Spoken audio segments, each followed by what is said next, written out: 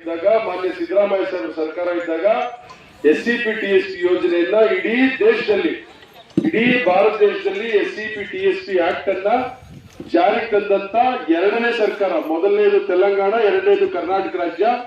ಇವತ್ತು ಅದರ ಅಡಿಯಲ್ಲಿ ಸಾಕಷ್ಟು ಕ್ಷೇತ್ರಗಳಿಗೆ ಅನುದಾನಗಳನ್ನು ಕೊಟ್ಟಿದ್ದರಿಂದ ಮಾಡಿದ್ರವಿನ ವರ್ತೂರ್ ಪ್ರಕಾಶ್ ಮಾಡಿದ್ದಲ್ಲ. ಅದು ಕೂಡ ಕಾಂಗ್ರೆಸ್ ಸರ್ಕಾರದ ಸಾಧನೆ, ಸಿದ್ದರಾಮಯ್ಯ ಸರ್ಕಾರದಲ್ಲಿ ಆದಂತ ಸಾಧನೆ. ಇವತ್ತು ವರ್ತೂರ್ ಪ್ರಕಾಶ್ ಹೇಳೋದು ನಿಜ. ಹಿಂದೆ ಯಾವ ಶಾಸಕರು ಮಾಡಲಿಲ್ಲ, ನಾನೇ ಮಾಡಿದ್ದು ಅಂತ. ಹಿಂದೆ ಅವರು ಬೈರೇಗೌಡರು ಶಾಸಕರಾಗಿದ್ರು, ಕೃಷ್ಣ ಬೈರೇಗೌಡರು ಶಾಸಕರಾಗಿದ್ರು, ಶ್ರೀನಿವಾಸ್ ಗೌಡರು ಶಾಸಕರಾಗಿದ್ರು, ಇವತ್ತು ಕೊಟ್ಟೂರು ಮಂಜುನಾಥ್ ಅವರು ಶಾಸಕರಾಗಿದ್ದಾರೆ. ಇವ್ರು ಯಾರು ಮಾಡಲಿಲ್ಲ.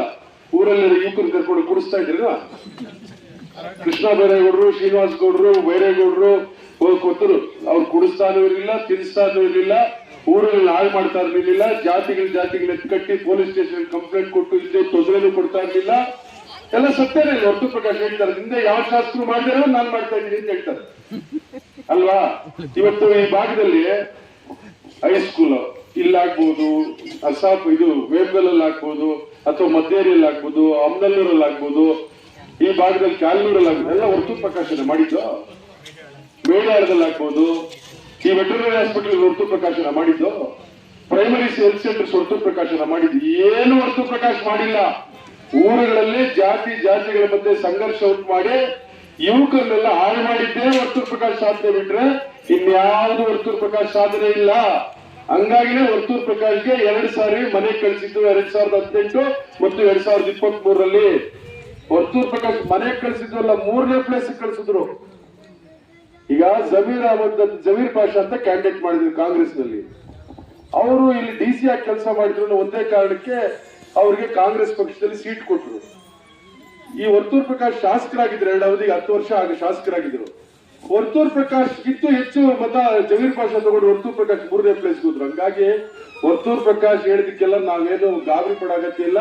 ಆತನ ಮಾತೆ ಬಂಡವಾಳ, ಆತನ ಬಾಯಿ ತೆಗೆದ್ರೆ ಸುಳ್ಳು ಹೇಳೋದು. ಇತ್ತೀಚೆಗೆ ಏನ್ ಮಾಡ್ಕೊಂಡ್ಬಿಟ್ಟಿದೆ, ಈ ಶ್ರೀನಾಥನ್ ಬೇರೆ ಇದ್ ಮಾಡ್ಕೊಂಡ್ಬಿಟ್ಟಿದ್ದಾನೆ. ಹಿಪ್ನಾಟಿಸಮ್ ಅಂತಾರೆ, ಅದು ಕನ್ನಡದಲ್ಲಿ ಏನಂತಾರೆ ಗೊತ್ತಿಲ್ಲ. ಅಂದ್ರೆ ವಶೀಕರಣ. ಈ ಇದ್ನು ಶ್ರೀನಾಥ್ ಏನಾಗಿದೆ, ಏನೇನು ಹೇಳ್ತಾರೆ ಹೂಗುಡ್ತಾ ಇರ್ತಾರೆ ನಿಮ್ಗೆ, ಹಂಗಾಗ್ಬಿಟ್ಟಿದೆ. ಹಂಗಾಗಿ ಯಾರು ಕೂಡ ತಲೆ ಕೆಡಿಸ್ಕೊಳ್ಬೇಕಾಗಿಲ್ಲ. ಇಲ್ಲಿ ಕೈಗಾರಿಕೆಗಳು ತಂದಿದ್ದು ಕೃಷ್ಣ ಬೈರೇಗೌಡರು ಇಲ್ಲಿ ಶಾಸಕರಾಗಿದ್ದಂತ ಸಂದರ್ಭದಲ್ಲಿ ನರಸಾಪುರ ಭಾಗದಲ್ಲಿ ಸುದರ್ಶನ್ ಅವರು ಅವತ್ತು MLC ಆಗಿದ್ದಾಗ ಈ ಭಾಗದಲ್ಲಿ ಕೈಗಾರಿಕೆಗಳು ತಂದಿದ್ದು. ಇಲ್ಲಿ ಕೈಗಾರಿಕೆಗಳು ಬಂದಿದ್ದು ಸಿದ್ದರಾಮಯ್ಯ ಸಾಹೇಬರು ಮುಖ್ಯಮಂತ್ರಿ ಆಗಿದ್ದಾಗ ಮೊದಲನೇದಾಗಿ ಸಿದ್ದರಾಮಯ್ಯ ಸಾಹೇಬರು ಬಂದು ಹೇಮಗಲ್ಲಲ್ಲಿ ಚಾಲನೆ ಕೊಟ್ಟಿದ್ದು. ಕೈಗಾರಿಕೆಗಳು ತಂದಿದ್ದು, ಇಲ್ಲಿ ಹೈಸ್ಕೂಲ್ಸ್ ಆಗಿದ್ದು, ಪ್ರೈಮರಿ ಹೆಲ್ತ್ ಸೆಂಟರ್ಸ್ ಆಗಿದ್ದು, ಎಲ್ಲ ಮಾಡಿರೋದು ಹಿಂದಿನ ಶಾಸಕರೇ. ಎಲ್ಲಾದ್ರೂ ವರ್ತೂರ್ ಪ್ರಕಾಶ್ ಇಡೀ ಕೋಲಾರ ವಿಧಾನಸಭಾ ಕ್ಷೇತ್ರದಲ್ಲಿ ವರ್ತೂರ್ ಪ್ರಕಾಶ್ಗೆ ಒಂದು ಸವಾಲು.